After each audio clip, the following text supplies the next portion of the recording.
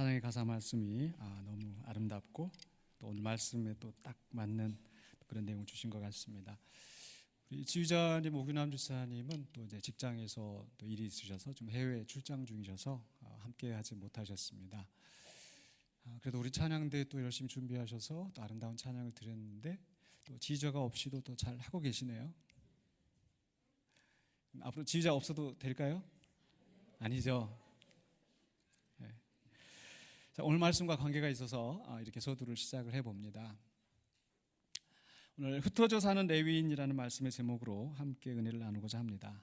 지난주에는 민수기 33장에 있는 말씀 속에서 하나님께서 이제 가나안 땅에 이스라엘 백성이 가나안 땅에 들어가서 가나안 땅의 원주민들을 다 쫓아내고 또 우상을 다 또 산당을 다 부수고 거기에 점령하여 거주하라.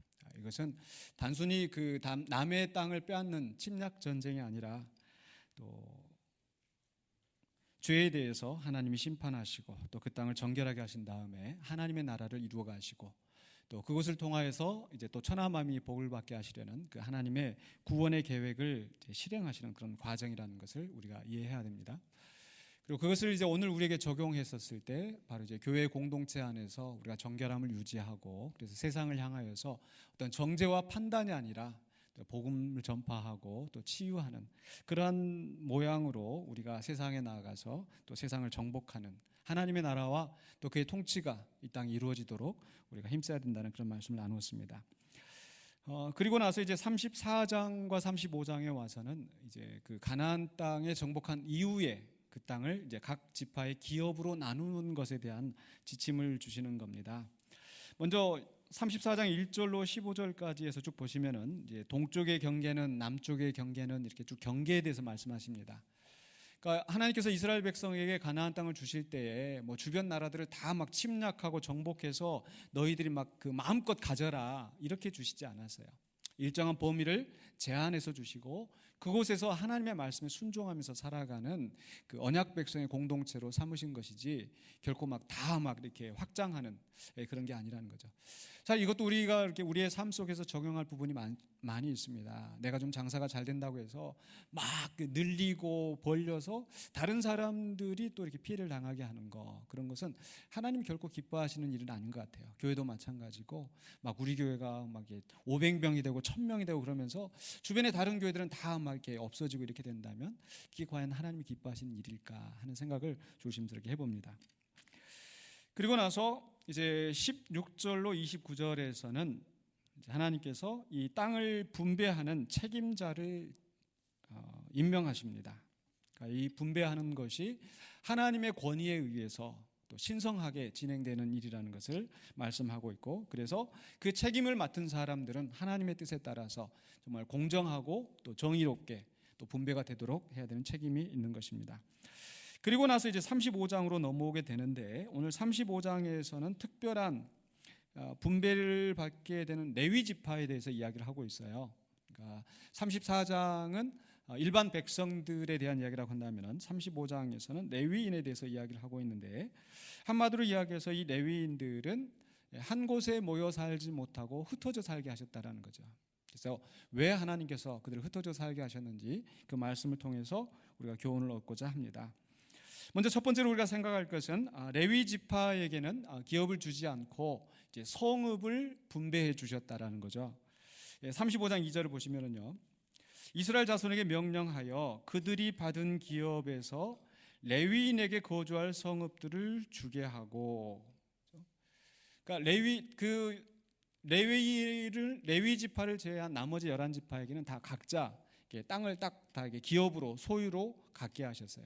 그러니까 우리나라로 좀 이제 비유를 들자면은 뭐 예를 들어서 김 씨는 뭐 어디 전라도, 또 박 씨는 또 경상도, 이렇게 해서 그 집안 그 시조를 따라서 이제 한 곳에 모여 살게 하고 그곳에서 이제 생업을 누리게 한 거죠. 그런데 레위 지파에게는 따로 기업을 나누어 주지 않고 각 지파에서 일부 땅을 떼어서 레위인들에게 줘라. 그 말은 레위인들은 한 곳에 모여 살지 못하고 흩어져 살게 되는 거죠. 그래서 그 다음에 35장 6절에 보면은 너희가 레위인에게 줄 성읍은 살인자들이 피하게 할 도피성으로 6성읍이요 그 외에 42성읍이라.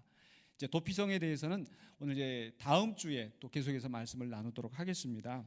그래서 이 도피성 6성읍과 42성읍을 합쳐서 레위인에게는 땅을 기업으로 주신 것이 아니라 다만 그들이 거주할 수 있는, 그리고 그들의 재산이라고 할 수 있는 그 목축들을 둘 수 있는 목초지, 농사를 할 수 있는 것이 아니고 그냥 목초지로서 이제 그 땅을 일부 그 성에 속하여서 레위인들이 자기의 그 양 또 가축들을 두게 했다라는 겁니다. 한마디로 말해서 레위인에게는 자기의 소유가 없습니다. 그리고 다른 지파가 이제 그들에게 떼어준, 우리식으로 표현하자면 십시일반. 그러니까 이 12지파에게 쉽게 말해서 떡이 있으면 딱딱 이렇게 한 덩어리씩 이렇게 주면 좋은데 11지파에게만 딱 주고 나머지는 니들이 한쪽씩 떼가지고 이 사람한테 챙겨줘라, 이런 방식으로 하셨다는 거죠. 레위인이 어떤 사람입니까? 레위인들은 이제 성막 주변에서 진을 치고 성막이 이동할 때 그 성막을 담당하는 굉장히 중요한 역할을 하는 거죠. 그래서 이스라엘 백성 가운데서 특별히 선택받은 기름 부은 그런 그 헌신된 그런 사람들이 제사장이고 레위인인데, 실상 가나안 땅에 들어가서 기업을 나눠줄 때 그들에게 아주 좋은 곳으로 챙겨주신 것이 아니라 다른 사람들에게 쉽게 말해서 쉬운 표현으로 얻어먹고 살게 하셨다는 거죠. 왜 그렇게 하셨을까? 토사구팽, 사냥개 열심히 부리다가 나중에 이제 그 사냥 끝나고 나면 그 사냥개를 뭐 잡아먹는다, 뭐 그런 식으로 해서 어떻게 보면 하나님이 기껏 자기 주변에 그 자기의 수족처럼 부리던 레위인들에게 정당한 보상을 해주지 않는, 그리고 온 지역에서 흩어져 살게 만드셨다라는 겁니다. 왜 그렇게 하셨을까요? 그래서 두 번째로 우리가 생각할 것은 이 레위 지파가 어떤 이유로 해서 이스라엘 가운데 흩어져 살게 되었는가, 그 이유를 생각해 보려고 합니다. 그 이유는 이제 한 400년 전, 즉 창세기 34장의 그 디나의 사건으로 이어집니다.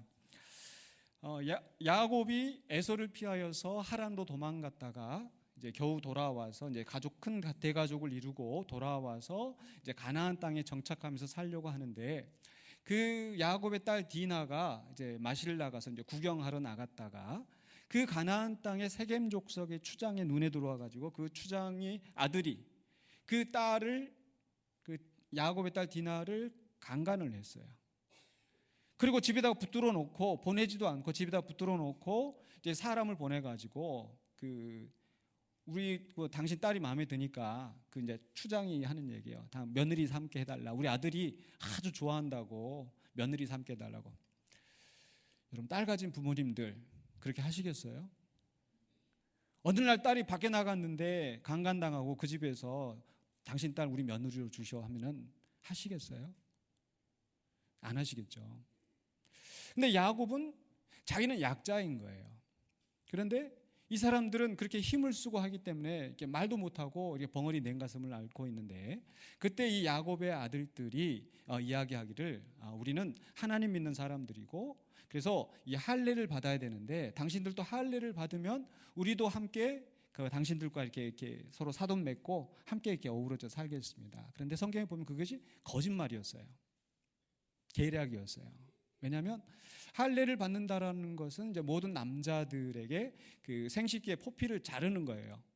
그러니까 지금처럼 무슨 이렇게 칼이나 뭐 항생제나 알코올 뭐 소독약이 있는 것도 아니고 그냥 돌 갈아서 한 그런 칼로 그냥 째가지고 놔뒀으니 뭐 이렇게 얼마나 그 고통이 심하겠습니까?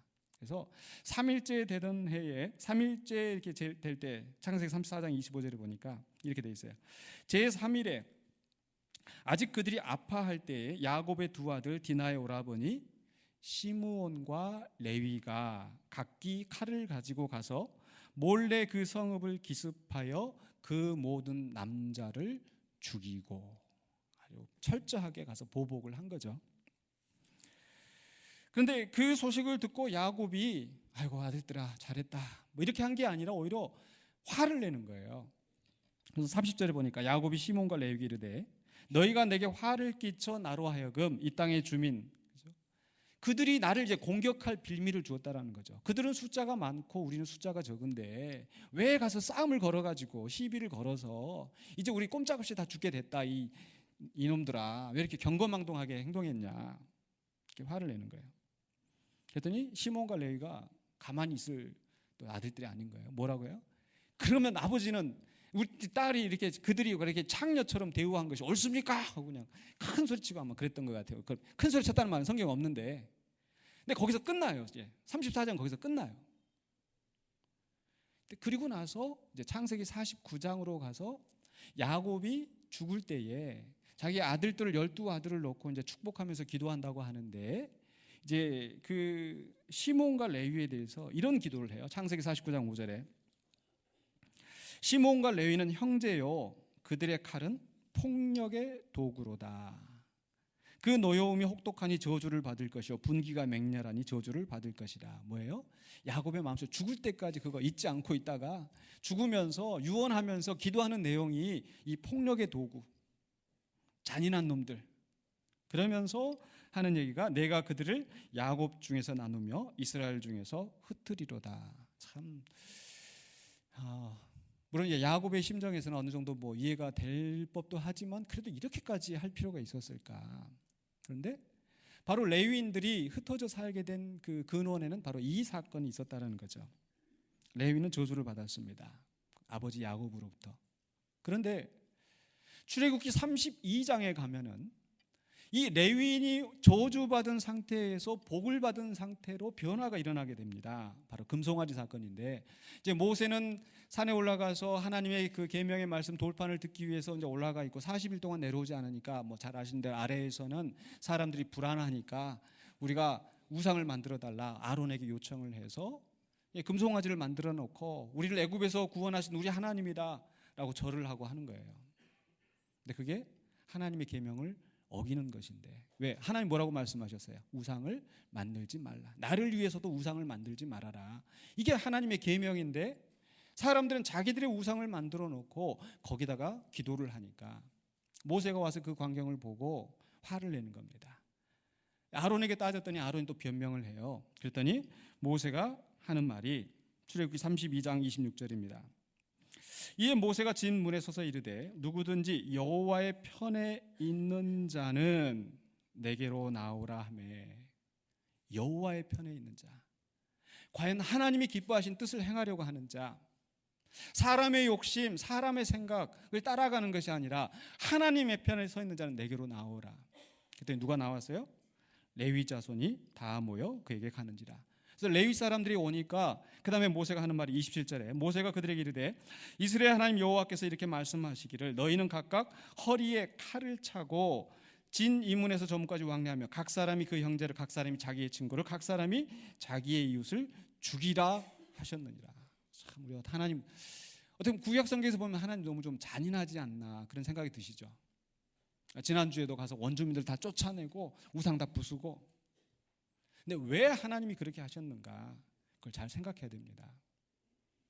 하나님의 말씀이 아니라 그저 종교적인 형식에 치우쳐서 자기들의 인간의 욕심을 채우려 하는 이 백성들을 향한 하나님의 심판을, 하나님이 하늘에서 번개를 내려서 또는 땅에서 불이 나오게 해서 심판하실 수도 있었지만은 하나님께서 특별히 하나님의 편에 서서 하나님의 일을 이루는 그 사람들을 찾으시고 레위 자손이 그들 앞에 나왔을 때 그 사명을 맡기신 겁니다.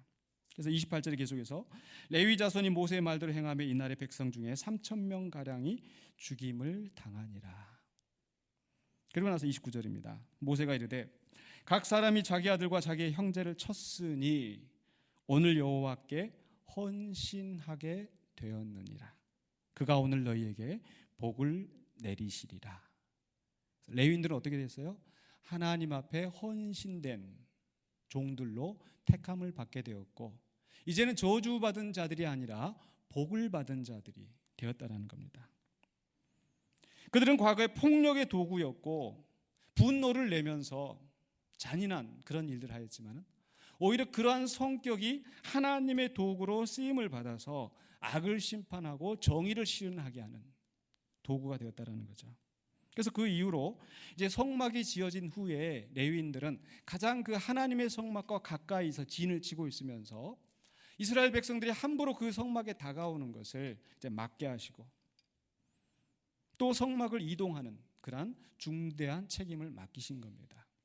그러니까 한마디로 이야기하면은 이 레위인들은 어떤 사람이냐? 하나님 입장에서 보면 하나님이 왕이라고 한다면은 뭐예요? 특별 경호되고 비서관들인 겁니다. 보좌관들이에요. 그런데 이런 이 보좌관이 되는 이런 사람들이 이제 가나안 땅에 들어가서 그럼 어떤 걸 기대하겠어요? 여러분 어떤 대선에 출마하고 국회의원 출마하고 하는 사람들이 자기 혼자 안 하고 그죠? 보좌관들이 있고 도와주는 사람들이 있고 그럼 다 도와가지고 열심히 해가지고 이제 이를 딱 됐어요. 국회의원 됐어요. 그럼 어떻게 해요 이제? 오늘 제가 한자 많이 쓰는데 논공행상 공과를 따져가지고 야 너 이제 어디 가서 뭐 이런 자리 해. 뭐 이거 해. 아주 낙하산 인사 이렇게 딱 하잖아요. 뭐 그게 좋은 건지 안 좋은 건지 모르겠습니다만 어쨌든 이제 이치가 그렇다라는 거죠. 그러니까 하나님 편에서 지금 레위인들을 자기의 지금 심판의 도구로 쓰셨으니까 자기의 일을 위하여서 사용하셨으니까 가나안 땅에 들어가거든 제일 좋은 참 그 뭐라고요 노른자 뭐 이렇게 그런 땅을 줘야 되지 않겠습니까? 그런데 그렇게 하시지 않으시고 다른 지파에게서 얻어먹으면서 살게 하셨어요.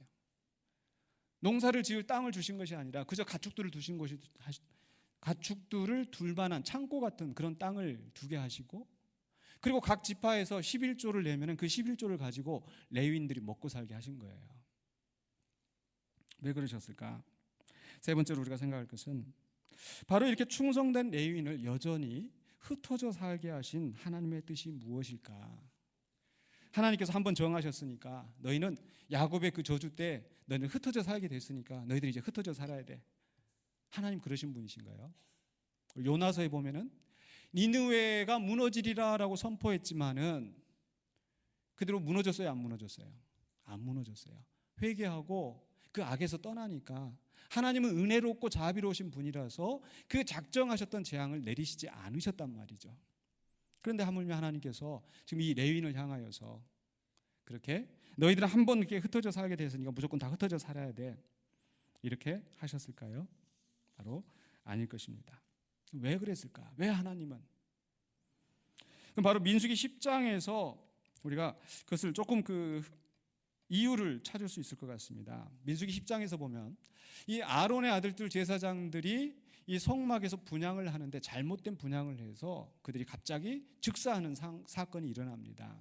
근데 그때 하나님께서 민수기 10장 9절에서 말씀하시기를 너희가 성막에 들어가서 봉사할 때는 포도주와 독주를 마시지 말아라. 그러니까 추정해 보건대 그들이 아마 술을 마시고 정신이 혼미한 가운데서 잘못된 분향을 했던 것 같아요. 그래서 회막에 들어갈 때는 포도주와 독주를 마시지 말아라 라고 하신 다음에 그 다음에 10절로 11절에 주시는 말씀이 그리하여야 너희가 거룩하고 속된 것을 분별하며 부정하고 정한 것을 분별하며 그다음에 뭐예요? 나 여호와가 모세를 통하여 준 모든 규례를 이스라엘 자손에게 가르치리라. 그러니까 레위인들, 제사장과 레위인들의 역할은 뭡니까? 단지 그냥 성막에서 제사 지내는 것이 다가 아니라 정한 것과 부정한 것, 거룩한 것과 속된 것을 분별하고 또 하나님의 말씀을, 하나님의 율법을 백성들에게 가르치는 역할을 감당하는 겁니다. 이것은 물론 제사장들에게 오늘 본문의 그 10장에 있는 말씀 속에서는 제사장들에게 주시는 말씀이지만 바로 이 제사장들도 레위 지파이고요. 그리고 나중에 보면 레위 자손들도 바로 이 율법을 가르치는 역할에 함께 하는 겁니다. 실제로 이제 그 에스라서 7장에 보면은요. 이스라엘 백성들이 포로로 끌려갔다가 하나님의 율법을 지키지 않고 부패하여서 하나님의 심판을 받아서 그 땅에서 쫓겨나는데 이제 하나님께서 다시 은혜 가운데 그들을 돌아오게 하셨어요. 무너졌던 성전을 다시 세웁니다. 예배가 회복되어집니다. 그런데 거기서 끝나는 게 아니라 이제 7장에 가면은 에스라가 돌아오는데 이 에스라는 어떤 사람인가? 바로 제사장이고 또 학사고 율법을 연구한 학자라고 그랬죠. 그래서 에스라 7장 10절에 보니까 에스라가 여호와의 율법을 연구하여 준행하며 율례와 규례를 이스라엘에게 가르치기로 결심하였더라. 단지 성전이 세워진 것만으로, 예배가 회복되는 것만으로 충분하지 않다라는 겁니다. 그래서 에스라가 가서 율법을 가르치기로 결심하였는데, 마침 그 당시에 그 페르시아를 지배하던 아닥사스다 왕이 조서를 내리는데 7장 12절로 13절에 하늘의 하나님의 율법의 완전한 학자 겸 제사장 에스라에게 조서를 내리노니 우리나라에 있는 이스라엘 백성과 그들의 제사장들과 또 누가 가요? 레위 사람들. 제사장과 레위 사람들 중에 예루살렘으로 올라갈 뜻이 있는 자는 누구든지 너와 함께 갈지어다. 왜 제사장과 레위인들을 지금 보내고 있을까? 25절입니다. 에스라여, 너는 내 손에 있는 내 하나님의 지혜를 따라 내 하나님의 율법을 아는 자를 법관과 재판관을 삼아 강 건너편 모든 백성을 재판하게 하고, 그 다음 뭡니까? 그중 알지 못하는 자는 너희가 가르치라. 그러니까 제사장과 레위인들을 지금 보내는 이유가 뭐예요? 가르치라. 알지 못하는 자들을 가르치라. 그래서 느헤미야 8장에서 보면, 느헤미야는 어떤 사람이냐? 느헤미야는 바로 예루살렘의 성벽을 재건한 사람이에요. 도시가 망했을 때, 성전도 무너지고 성벽도 다 파괴되고 했었을 때, 이 느헤미야가 와서 이제 솔선수범해서 이제 총독으로 와가지고 이 성벽을 다 재건했습니다. 근데 재건해서 7장까지, 느헤미야 7장까지 해서 성벽을 다 재건한 다음에 그 다음에 8장에서 뭘 하는가? 여러분, 우리 인간적인 생각으로 생각해 보면 다 이렇게 막 공사해가지고 다 끝났어요. 그럼 이제 뭘 할 것 같아요? 집들이를 하든지 주변에 사람들 불러다가 잔치를 하든지 이렇게 하겠잖아요. 근데 그들이 성벽을 다 완성한 다음에 뭘 했는가? 8장에서 느헤미야 8장 1절에 이스라엘 자손이 자기들의 성읍에 거주하였더니 일곱째 달에 이르러 모든 백성이 일제히 수문 앞 광장에 모여 학사 에스라에게 여호와께서 이스라엘에게 명령하신 모세 율법책을 가져오기를 청하매. 그들이 다 모여서 그냥 잔치하고, 야, 이제 예루살렘 다 재건됐다. 야, 이제 고생 끝났다. 야, 이제 우리는 안전하다. 그렇게 흥청망청 지금 잔치를 벌리는 것이 아니라 그들은 대집회를 한 거예요. 그때 그 집회를 할 때 그들은 그 학사 에스라에게 율법책을 가져오라. 왜 율법책을 가져오라고 그랬을까요? 말씀을 듣기 위하여서. 그래서 8장 5절에 보니까 에스라가 모든 백성 위에 서서 그들 목전에 책을 펴니 책을 펼 때에 모든 백성이 일어서니라. 그러니까 에스라가 지금 책을 폈더니 모든 백성이 일어섰어요. 왜 일어섰겠어요? 하나님의 말씀을 들으려고 일어선 겁니다. 사실 이게 저는 이제 이 말씀을 준비하면서 우리 교회 그 2000년 동안 교회 안에서 또는 구약 성경에서, 그 이전에 구약 성경에서 진행되어 왔던 아주 훌륭한 전통이 한국에 와서 없어진 게 있어요. 그게 혹시 뭔지 아십니까? 아마 외국에서 가서 혹시 그 예배에 참여하신 분들은 아마 아실 거예요. 첫 번째는 찬송할 때 다 일어서서 찬송합니다. 앉아서 찬송하는 법이 없어요. 왜? 하나님을, 거룩하신 하나님 여기 계시고 우리가 하나님을 찬송하는데 그냥 가만히 앉아서 그냥 대충 그건 아니겠죠. 그래서 일어서서 찬송을 하는데 우리나라엔 그게 없어졌어요. 저도 한번 이제 교회에서 제가 그걸 알고, 야, 우리 찬양할 때 좀 일어서서 하자라고 했더니, 아유, 성도들이 얼마나 불평이 많은지, 목사님 너무 불편해요, 힘들어요. 그래서 제가 포기했던 적이 있어요. 그래서 제가 우리 군산연구학교 와서는 그걸 별로 잘 안 하죠. 한번 실패한 경험이 있어서. 두 번째로는요, 한국 교회가 잃어버린 전통, 말씀을 읽을 때에 다 일어서요. 우리 오늘 민수기 35장 1절 8절을 우리가 봉독하겠습니다 하면은 다 회중들이 다 일어서서, 또는 어떤 교회 보니까 우리가 이제 하나님의 말씀을 받겠습니다 라고 하면서 다 곧 이야기하면서 입으로 이야기하고 다 일어서서 그 다음에 하나님 말씀 다 읽고 그 다음에 자리에 앉아서 이제 목사가 설교하는 이제 설교 내용을 듣는 거죠. 근데 우리 한국 교회는 그 좋은 전통을 사실 잃어버린 겁니다. 왜 잃어버렸을까? 우리는 뭐 마닥 그 뭔가 마루 그 바닥에 앉는 그런 문화이고, 선교사님들이 옛날 왔었을 때 보니까 와가지고 겨울이 이렇게 헛간 같은데 모였는데 가서 다 일어서니까 일어서려고 보니까 다 엉덩이 다 털어 이제 먼지가 막 푹 일어나요. 그것도 앉아. 찬송할 때 또 일어서려니까 또 톡톡 털어. 예. 그래서 선교사님들이 그냥 앉아서 하자고. 근데 지금은 다 이렇게 의자에서 앉아서 하는데도 먼지가 없는데도 그냥 옛날부터 그렇게 해온 그 습관대로 말씀을 읽어도 찬송을 해도 일어서지를 않아요. 저도 오늘은 사실 말씀을 읽을 때 한번 일어서서 해볼까 하다가 또 이게 어떤 또 불평이 나올까 제가 마음이 또 요즘 쫄아가지고 네. 근데 한국에 와서 만들어진 게 있어요. 다른 세상 다른 나라 교회에서는 없는데, 지금까지 기독교의 역사에서 없는데 한국에서 만들어진 게 가장 크게 두 가지가 있어요. 그게 뭐냐면 하나는 새벽 기도고 또 하나는 대신방이에요. 다른 나라에는 없어요. 그게 지금까지 교회의 역사에 없었어요. 근데 한국에 와서 그게 만들어졌어요.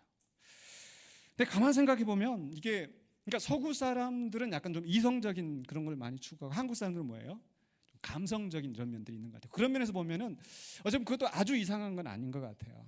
그래서 감성적으로 우리 하나님 앞에, 그러니까 하나님의 말씀을 듣고 깨닫고 이렇게 하는 것보다는 내가 하나님 앞에 가서 기도하고, 또 신방도 어떻게 보면 그런 것 같아요. 어떻게 보면 이제 우리는 정이 많잖아요. 정. 그래서 근데 또 이것도 말 잘해야지. 제가 또 옛날에 한번 대신방에 대해서 말씀드렸더니 이게 바깥으로 와전돼 가지고 이 목사가 신방은 성경적이 아니라고 그랬다 그래가지고 어떤 목사님 저한테 전화해가지고 노예 목사님이 그런 얘기 했냐고 해가지고 제가 그 목사님한테 제가 좀 꾸중을 들은 적이 있어요. 이 맥락을 좀 잘 이해하셔야 돼요. 분당 그 우리 교회도 그 목사가 설교한 게 그게 아닌데 엉뚱하게 말을 와전시켜가지고 지금 한참 막 시끄러가지고 도대체 이 사람들이 도대체 머리가 있는 건지 없는 건지, 그 얘기는 접어두고요. 지난주에 충분히 했었으니까. 신방은 저는 좋은 거라고 생각을 해요. 다만 이게 연례적으로 대신방해서, 그렇죠? 뭔가 목사가 가서 뭔가 축복해주고 하면 1년 동안 제 표현 좀 아니 이게 안 하는 게 나을 것 같아요. 복 받고 이렇게 목사에게 그런 힘도 없을 뿐더러, 신방이 좋은 것은, 제가 어제도 우리 성도님들에게 신방해가지고 이렇게 만나서 얘기를 해보니까 권사님 그런 게 있었어요. 권사님, 목사님, 내가 목사님을 내가 처음 알았네. 서로의 형편을 알고 그냥 이렇게 제가 설교만 하면은 서로 모르잖아요. 그런데 서로 가까이서 밥도 먹기도 하고 큰 밥 필요 없어요. 그냥 차 한잔 마시면서 목사님 저랑 차 한잔 하실래요? 제가 신앙생활을 하면서 이게 좀 힘들었는데, 제가 이게 궁금한데 목사님 이거 좀 이야기해 주시면 안 돼요? 저는 그런 교제가 있었으면 좋겠어요. 성도들의 아픈 기도의 제목을 이야기하고, 그런 신방은 저는 쌍수를 들고 환영합니다. 넘어가겠습니다. 그런데 사실 새벽 기도나 대신방 이게 잘못됐다라는 게 아니라 이게 주객이 바뀌면 안 된다라는 거예요. 그것만 열심히 하고 말씀에 대해서, 사실 말씀이 먼저 서고 그 다음에 이제 기도와 또 다른 것들이 예배가 돼야 되는데, 바로 말씀 중심으로 가지 않았었을 때 교회가 부패한다는 겁니다. 실제로 우리 교회의 역사를 보면은 말씀대로 바로 서지 않고 교회가 부요하고 성직자들의 재산이 많아지고 제도화되고 교회가 커지고 부흥할 때, 교회의 역사뿐만 아니라 성경의 역사에서도 보면 그렇게 풍요롭고 부요할 때 오히려 타락하더라고요.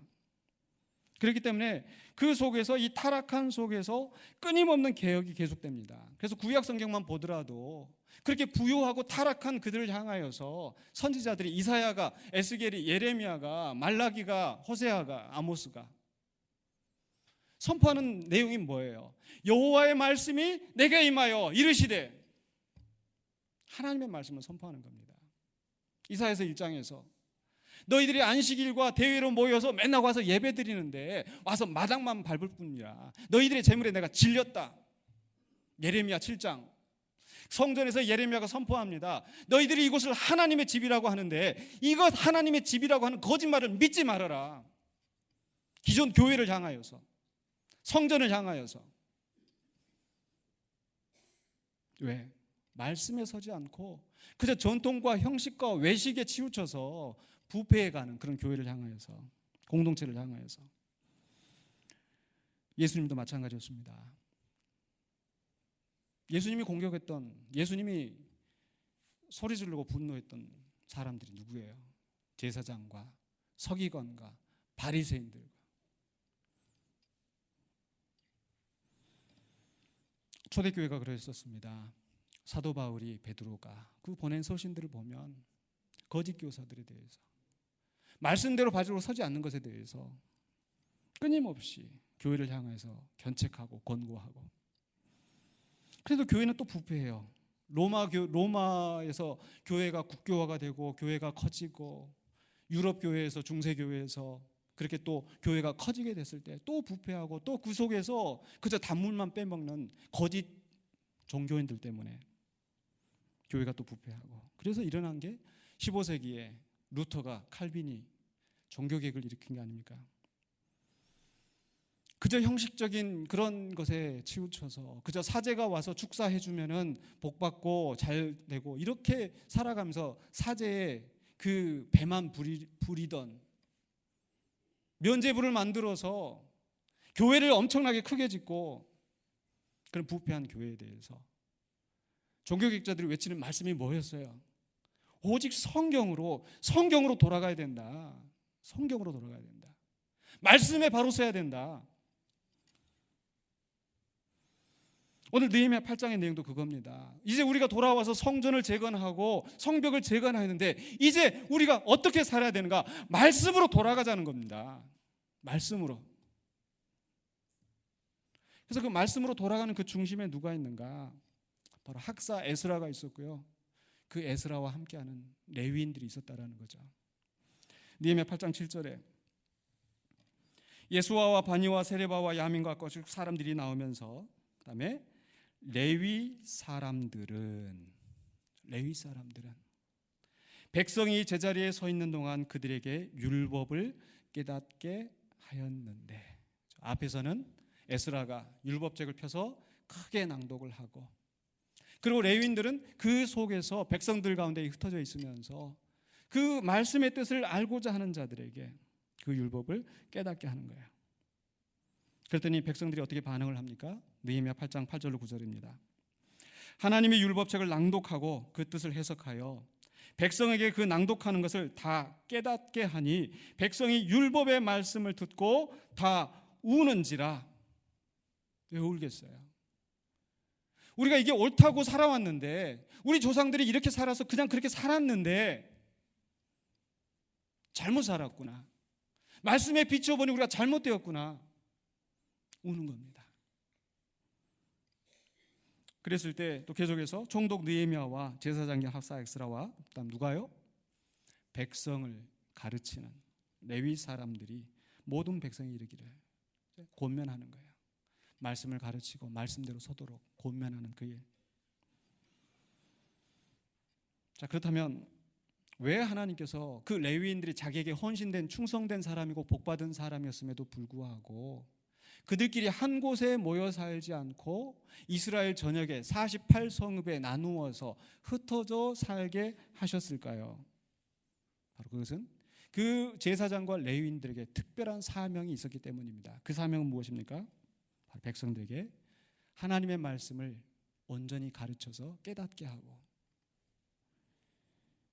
그 말씀대로 살아가는 거룩한 하나님의 백성이 되게 하기 위하여서, 이 말씀이 서느냐 서지 않느냐에 따라서 그들이 얼마만큼 예배를 잘 드렸느냐, 얼마만큼 제사를 하나님 앞에 드렸느냐, 그게 아니라 말씀을 들고 온전히 깨닫고 말씀대로 살아내는 그들을 통하여서 하나님이 영광을 받으시고,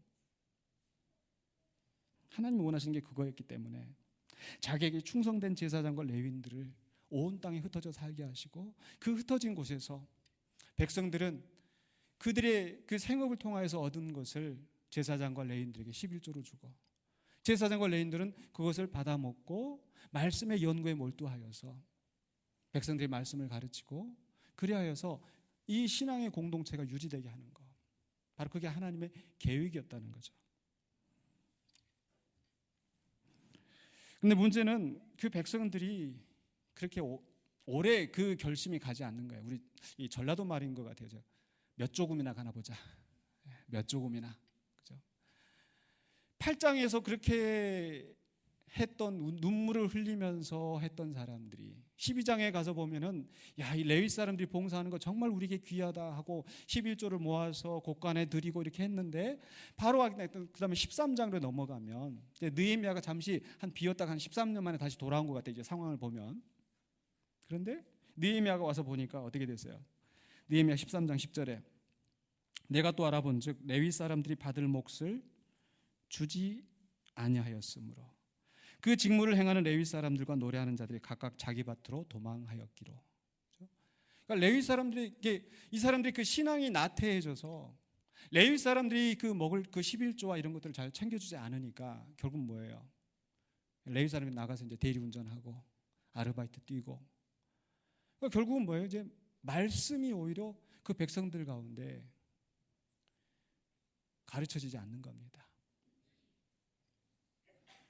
근데 이렇게 백성들만 타락한 것이 아니라 그럼 제사장과 레위인들은 잘못한 게 없느냐? 제사장과 레위인들도 타락해가지고 나오는 이야기가 말라기서 2장 7절에, 이 말라기서는 바로 이 느헤미야, 에스라와 거의 동시대 사람이라고 보여지는데요. 자, 말라기서 2장 7절입니다. 제사장의 입술은 지식을 지켜야 하겠고, 그 말은 제사장의 가장 중요한 역할이 뭡니까? 하나님의 말씀의 지식을 가지고 선포하고 가르치는 거고, 그 다음에 뭐예요? 사람들은 그의 입에서 율법을 구하게 되어야 할 것이니.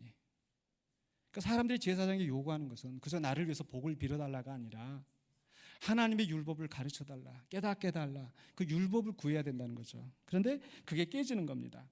제사장은 만군의 여호와의 사자가 됨이거늘 너희는 옳은 길에서 떠나 많은 사람을 율법에 거스르게 하는도다. 나 만군의 여호와가 이르노니 너희가 레위의 언약을 깨트렸느니라. 레위의 언약이 뭐겠습니까? 하나님께서 그들을 말씀의 봉사자로 세우시고 그들에게는 백성들이 가진 그 소득을 통해서 얻은 10의 1조를 그들에게 주어서 생업을 삼게 하고, 그렇기 때문에 레위인과 제사장들은 하나님이 나의 기업이라, 그것을 통해서 온 신앙의 공동체가 말씀에 바로 서는 하나님의 백성으로 살아가게 하신다는 겁니다.